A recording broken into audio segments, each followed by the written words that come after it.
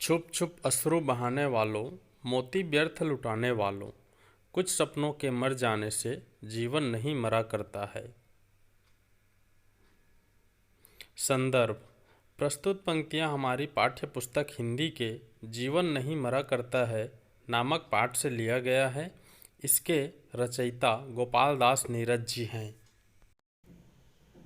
प्रसंग: प्रस्तुत पद्यांश के माध्यम से कवि कहना चाहता है कि जीवन में मनुष्य को असफलता की स्थिति में निराश नहीं होना चाहिए।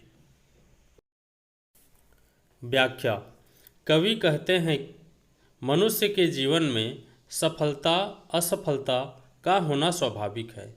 वह अपने जीवन को बेहतर बनाने के लिए अनेक सपने देखता है और उसे पूरा करने का प्रयास भी करता है।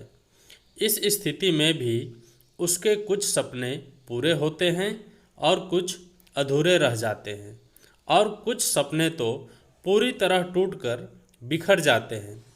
इस तरह असफलता की स्थिति में सफल हुए सपनों के समान उसे आशावादी होना चाहिए। छिप छिप कर मोती जैसे अनमोल आंसुओं को बहाकर निराश होने की कोई आवश्यकता नहीं है। एक सपने के अधूरे रह जाने से अथवा टूटकर बिखर जाने से उसका जीवन ही समाप्त हो गया हो, ऐसा मनुष्य को कभी नहीं सोचना चाहिए। अपितु असफलता की स्थिति में भी उसे धीरज रखकर आगे क्या करना है इसके बारे में सोचना चाहिए। विशेष: पहला, मनुष्य के जीवन में असफलता एक सामान्य बात है, अतः उसे हताश और निराश से बचना चाहिए। दूसरा, छिप छिप में पुनरावृत्ति प्रकाश अलंकार है। तीसरा, मुक्त छंद भाषा भावानुरूप है। दूसरा, सपना क्या है? नयन सेज पर सोया हुआ आँख का पानी और टूटना है उसका ज्यों, जागे कच्ची नींद जवानी। गीली उम्र बनाने वालों, डूबे बिना नहाने वालों, कुछ पानी के बह जाने से सावन नहीं मरा करता है। संदर्भ: प्रस्तुत पंक्तियाँ हमारी पाठ्य पुस्तक हिंदी के जीवन नहीं मरा करता है नामक पाठ से लिया गया है। इसके रचयिता गोपाल दास नीरज जी हैं। प्रसंग: प्रस्तुत पद्यांश में कवि ने सपनों को नेत्रों में समाहित अश्रु के समान बतलाया है। व्याख्या: कवि कहते हैं कि जीवन में सपने नेत्रों में समाये आंसू के समान हैं और किसी सपने का टूटकर बिखर जाना कच्ची नींद में जागने के समय तक असहज या अच्छा न लगने से ज़्यादा और कुछ नहीं समझना चाहिए, क्योंकि जीवन में बहुत प्रकार के सपने देखना स्वाभाविक है और उसको पूरा करने के लिए प्रयास करना भी नितांत जरूरी है। परंतु पानी में उतरे और उसमें डूबे बिना नहाया नहीं जा सकता। इसलिए सपने जो देखे उसको पूरा करने के लिए अपनी तरफ से कोई कसर ना रखें। असफल होने की स्थिति में निराश ना हो। जीवन में अनेक बार ऐसे क्षण आएंगे ही। सफलता असफलता का नाम ही जीवन है। कुछ पानी के बह जाने से जिस प्रकार सावन समाप्त नहीं हो जाता, उसी तरह से जीवन में असफलता को समझना चाहिए। विशेष: पहला, जीवन में कुछ सपनों के टूटकर बिखर जाने से जीवन समाप्त नहीं हो जाता है। दूसरा, जीवन में देखे सपनों को पूरा करने के लिए अत्यधिक मेहनत करना पड़ता है। तीसरा, मुक्त छंद भाषा अलंकारिक एवं भावानुरूप। खोता कुछ भी नहीं यहाँ पर, केवल जिल्द बदलती पोथी, जैसे रात उतार चांदनी, पहने सुबह धूप की धोती। वस्त्र बदल कर आने वालों, चाल बदल कर जाने वालों, चंद खिलौने के खोने से बचपन नहीं मरा करता है। संदर्भ: प्रस्तुत पंक्तियाँ हमारी पाठ्य पुस्तक हिंदी के जीवन नहीं मरा करता है नामक पाठ से लिया गया है। इसके रचयिता गोपाल दास नीरज जी हैं। प्रसंग: प्रस्तुत पद्यांश में कवि ने संसार के परिवर्तन नियम का सुंदर चित्रण किया है। व्याख्या: कवि कहते हैं कि कोई भी व्यक्ति यहाँ कुछ नहीं खोता, क्योंकि जिस प्रकार ग्रंथों में पुस्तक की जिल्द खराब हो जाने पर बदला जाता है, ग्रंथ और पुस्तक वही रहता है। उसी प्रकार रात्रि में चांदनी चमकती है।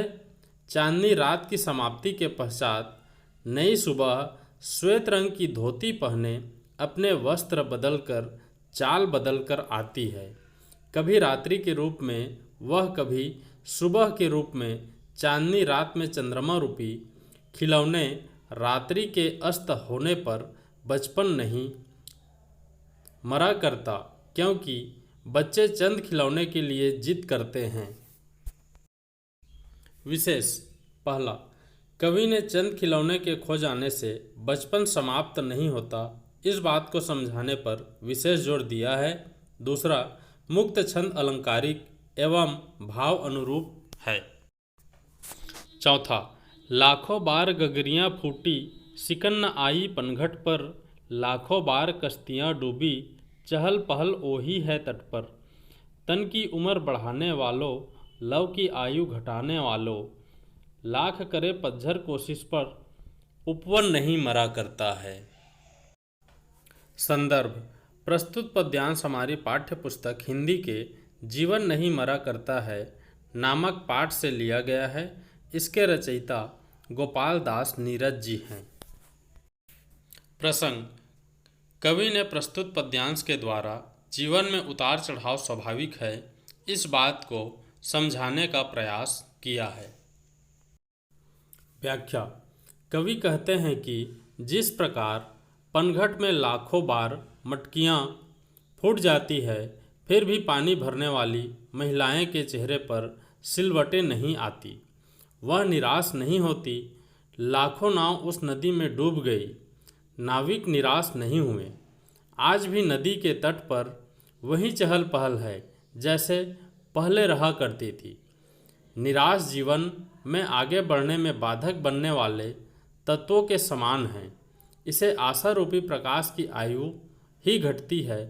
अतः जीवन में असफलता को बहार के पूर्व उस पतझड़ के समान समझना होगा, जिससे उपवन कभी नहीं बल्कि कुछ समय पश्चात पुनः नूतन एवं मनोहर छटा से और अधिक सजीव हो जाता है। विशेष: पहला, जीवन में सफलता असफलता को कवि ने सहज एवं सामान्य बताया है। दूसरा, जीवन में उतार चढ़ाव बहार एवं पतझड़ के समान है। तीसरा, भाषा भाव अनुरूप मुक्त छंद है। पांचवा, लूट लिया माली ने उपवन, लुटी न लेकिन गंध फूल की, तूफानों तक ने छेड़ा पर, खिड़की बंद हुई न धूल की।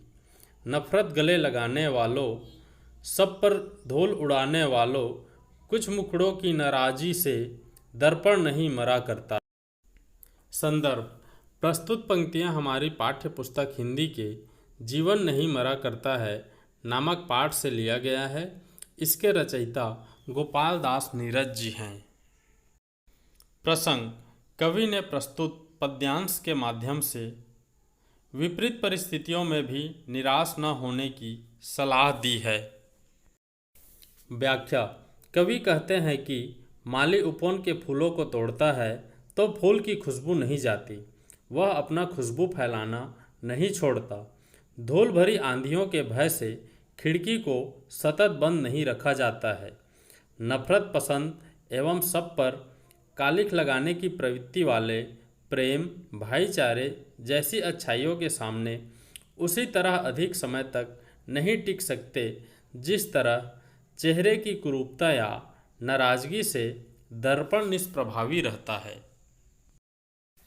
विशेष: पहला, कवि ने सब प्रकार की स्थिति में भी आशावादी होने का संदेश दिया है। दूसरा, मुक्त छंद प्रतीकात्मक एवं भावानुरूप भाषा। साथियों, आज के वीडियो में बस इतना ही। नेक्स्ट वीडियो में हम इस अध्याय का प्रश्नोत्तर देखेंगे। दोस्तों, अगर यह वीडियो आपको पसंद आया है तो कृपया वीडियो को लाइक, शेयर और चैनल को सब्सक्राइब करना ना भूलें। धन्यवाद।